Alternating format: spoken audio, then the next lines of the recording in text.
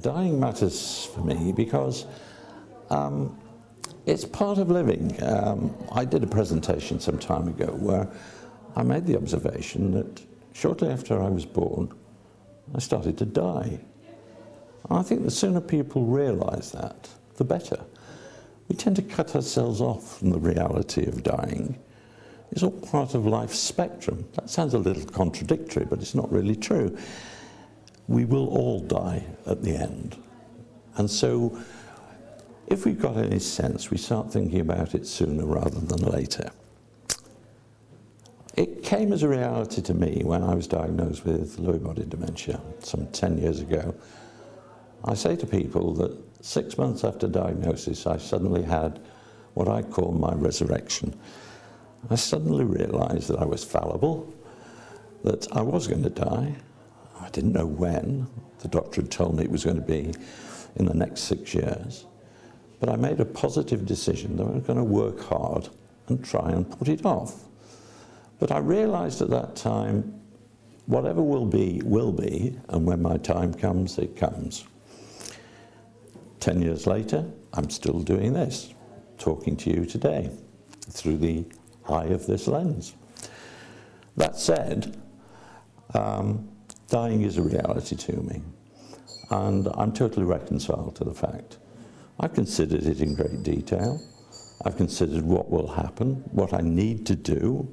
I've done a will, for instance. I think that's absolutely essential, saying what you want, your financial assets, how you want them disposed. I did an enduring power of attorney long before the Mental Capacity Act came out to ensure that my wishes, insofar as I could predict them, would be followed when I lost my ability to operate and think for myself. It's very clear. It says that I want my wife to act for me, and failing that, my daughters individually and collectively to act in my best interests.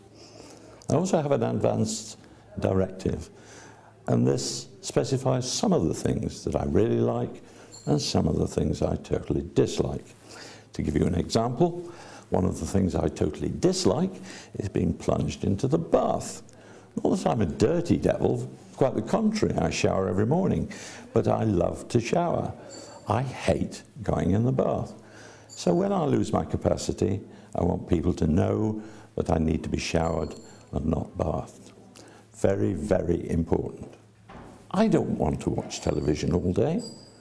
I want to listen to music. I want to do other things.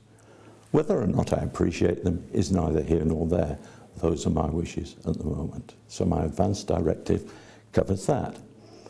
Then in addition to all of that, there are certain things I don't want to happen to me when I reach my final period of life. I don't want certain interventions to take place, and I'm quite specific about those. I don't want to be forcibly fed. I don't want to be pegged. That is, I don't want to be fed through tubes into my stomach or by any other means. I don't want to be unnecessarily resuscitated. I'm not interested in euthanasia. I think that's wrong. I can't ask anybody at all, to put an end to my life. So assisted dying is out. Euthanasia is totally out. But if I'm going to die, I want to die naturally. I don't want my life to be perpetuated just for the sake of it. If it's just for a few hours, that's not important. And those wishes I expect to be honoured by my family. And I've gone one stage further, and that is to say to people that they can use any part of my body after my death, and I've donated my brain to a brain bank in Manchester. I think that's the least I can do, because I go around talking about dementia, what it's all about. And I want to know that when my life comes to an end, then at least the bits that are left are used in a profitable and useful manner.